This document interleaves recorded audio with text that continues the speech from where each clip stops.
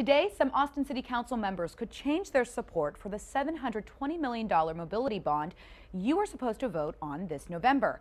Now, it all comes down to how the money will be spent. Kate Whitehall is live with details. Morning, Kate. Good morning. Well, if voters end up approving the bond, it would help improve roads like North Lamar here behind me, make congestion a little bit less of a hassle. But today, council's going to decide on how the ballot language is written when you go into the booth to vote. But the thing is, I'm hearing behind the scenes at City Hall, some council members may be pulling their support for this mobility bond, all because of how the funds are going to be spent. For example, this is how the ordinance looks concerning how the $720 million is divided up. You can see there are general areas, the changes needed, and money being allotted for bike and urban trails. But Councilmember Don Zimmerman, Ann Kitchen, and Orr Houston say they want to see specific dollar amounts attached to each area and project. Their concern is if one project runs over budget or more money is spent on a certain area, other sections that were part of this ordinance won't be completed with money from the bond. Well, Zimmerman voted in favor of this mobility bond because he said he wanted to see something done about traffic.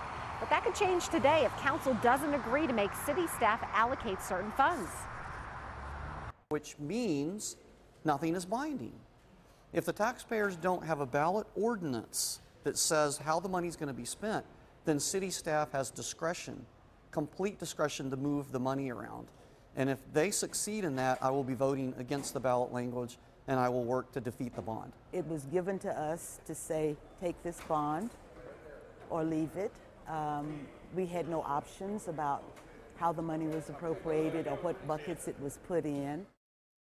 And I talked to the mayor's spokesperson about this idea of allocating certain dollar amounts for the different projects. And they said, you know, they're not really for that because this mobility bond would go over 8 years.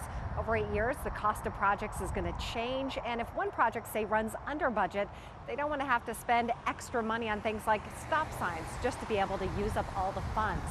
Well, today is the first of 3 readings concerning this, but it all has to be finalized in 10 days by Monday, August 22nd. So, Mandy, of course, we'll keep you posted on what happens. All right, thank you, Kate. I know something else you've been looking into, that there's a local group that's actually trying to get a light rail back in Austin as well.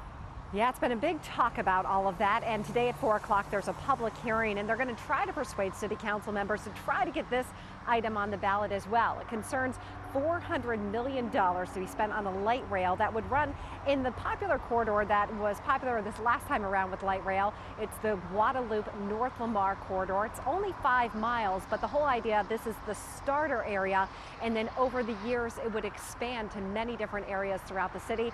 Hasn't gained a whole lot of traction, Mandy, so far, but we'll see what happens today at City Hall. I know many people will be watching. Going in depth, we want to actually look into what this will do to your wallet. And the $720 million, if it's approved, your tax rate will increase 2.25 cents. That means if you own a $250,000 home, your taxes would go up $56 per year. On that